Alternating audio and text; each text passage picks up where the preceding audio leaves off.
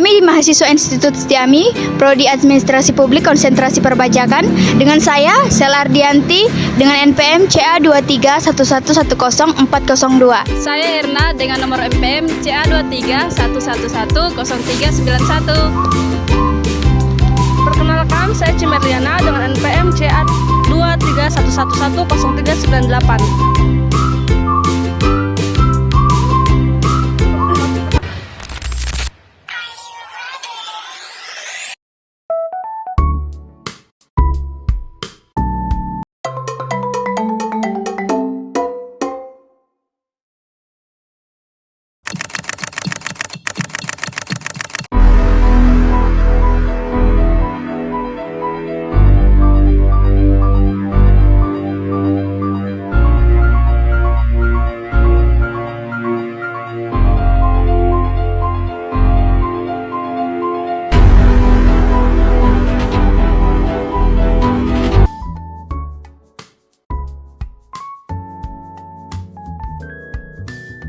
Karena lu sendiri nggak sih?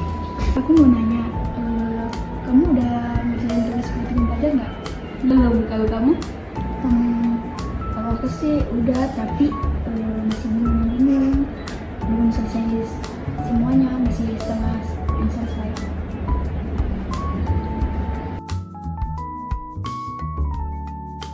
Bagaimana kalau kita nanya orang aja? Oh boleh tuh, mumpung ada Eci tuh di sana, mungkin lagi sama ngerjain juga, mungkin dia udah selesai. Yuk, yuk.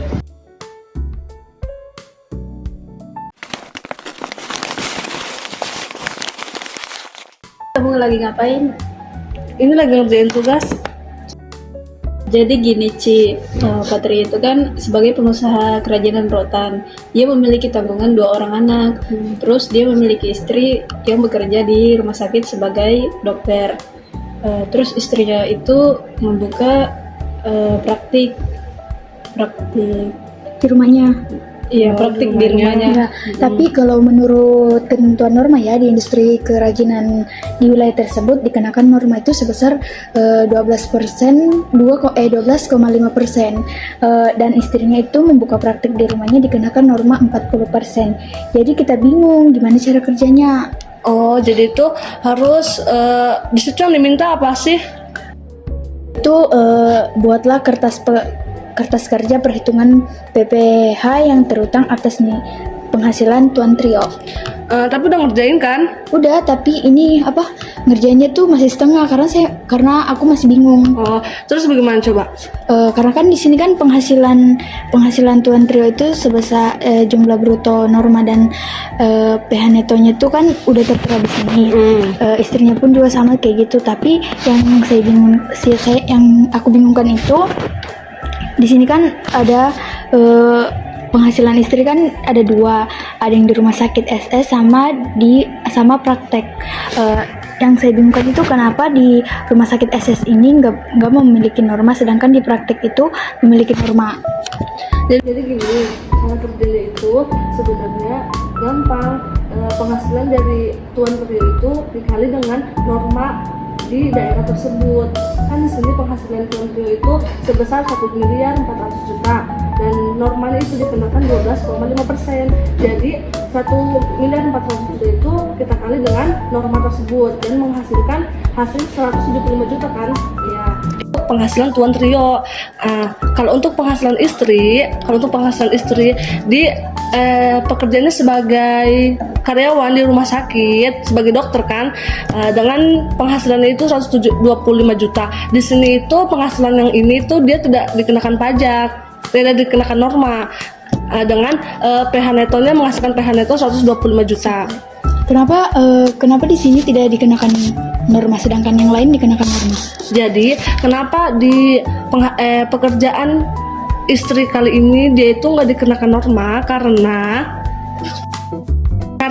karyawan itu menerima penghasilan dalam bentuk gaji atau upah dari pemberian kerja yang sifatnya telah terukur, tetap dan langsung, dipotong pajak penghasilan atau PPh pasal 21 oleh pemberi kerja. Jadi pekerjaan istri sebagai dokter di rumah sakit itu nggak dikenakan norma. Tetapi untuk pekerjaan istri yang praktek atau dia kan membuka usaha praktek di rumahnya, itu dengan penghasilannya itu 400 juta dikenakan norma untuk praktek itu di daerah itu 40%. Jadi 400 juta itu dengan penghasilan brutonya dikalikan dengan normanya itu 40% kan, dengan hasilnya itu 160 juta. Nah, setelah kita dapat PH neto dari kedua pihak, Tuan Trio dengan istrinya, kita jumlahkan keseluruhannya. Jadi penghasilan yang dijumlahkan tuh PH netonya. Iya, jadi keseluruhannya itu mendapatkan hasil 460 juta dari hasil Tuan Trio dengan istri gitu. Ada beberapa transaksi, yaitu yang pertama itu kan dividen dari PT Jasa Marga itu kan bersifat non objek, sedangkan hibah tanah dari paman itu bersifat final, sedangkan klaim asuransi kecelakaan itu bersifat non objek. Bunga deposito juga itu bunga deposito bank Artaku itu bersifat final, dan penyewaan rumah juga itu bersifat final. Pembagian keuntungan sekutu FA Abadi itu final, dan penghasilan penjualan saham itu juga final. Jadi intinya di sini PH lain itu semuanya bersifat non objek dan final, jadi nggak usah dihitung lagi begitu. Oh, terus kalau untuk apa? PTKP. Untuk menghitung PTKP-nya gimana? Oh, jadi untuk PTKP-nya Tuan Trio itu dikenakan PTKP sebesar 54 juta kan? Istrinya itu dikenakan juga PTKP 54 juta karena dia memiliki penghasilan sendiri kan. Sedangkan Tuan Trio itu memiliki tanggungan 2 orang anak. Jadi di sini itu tulisannya K1/2. Kenapa K1/2? Karena dia itu statusnya kawin kan, dan memiliki dua tanggungan. Okay. Jadi di sini itu tulisannya aja kayak 3 kali 4.500.000. 4.500.000 itu penghasilan untuk per orangnya begitu kan, untuk tanggungan. Nah, jadi semuanya itu kita total dari PTKP Tuan Trio sampai tadi yang terakhir kan. Jadi dikenakan 121.500.000 untuk PTKP-nya. Sedangkan kalau mau mencari PKP-nya itu 460 juta, atau total dari penghasilan Tuan Trio dengan penghasilan istrinya itu tadi PH netonya itu digabung habis itu dijumlahkan kan, menghasilkan 460 juta.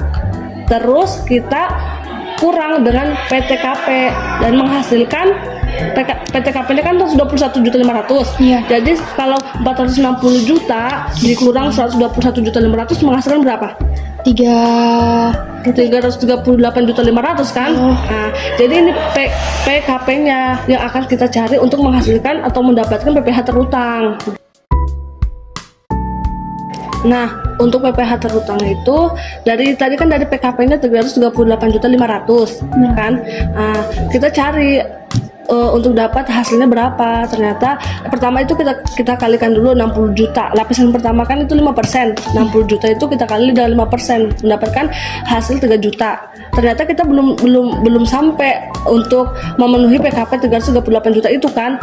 Kita gunakan lapisan kedua. Lapisan kedua itu 190 juta kali 15% dan menghasilkan 28.500.000. Tetapi belum juga memenuhi PKP 338 juta tersebut kan. Jadi kita pakai lapisan ketiga. Lapisan ketiga itu kita pakai 88.500.000. 88.500.000 ini kita kali dengan lapisan ketiga itu senilai 25%, dengan tarif 25%, mendapatkan 22.125.000. Sudah cukup kan ini semuanya dan sampai lapisan ketiga untuk memenuhi PKP 338.500.000.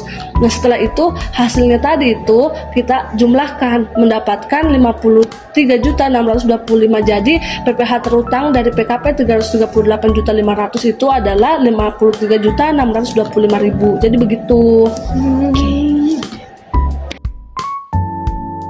Terus buat kredit pajaknya itu gimana? Nah, kalau untuk kredit pajaknya itu kayak gini, nak.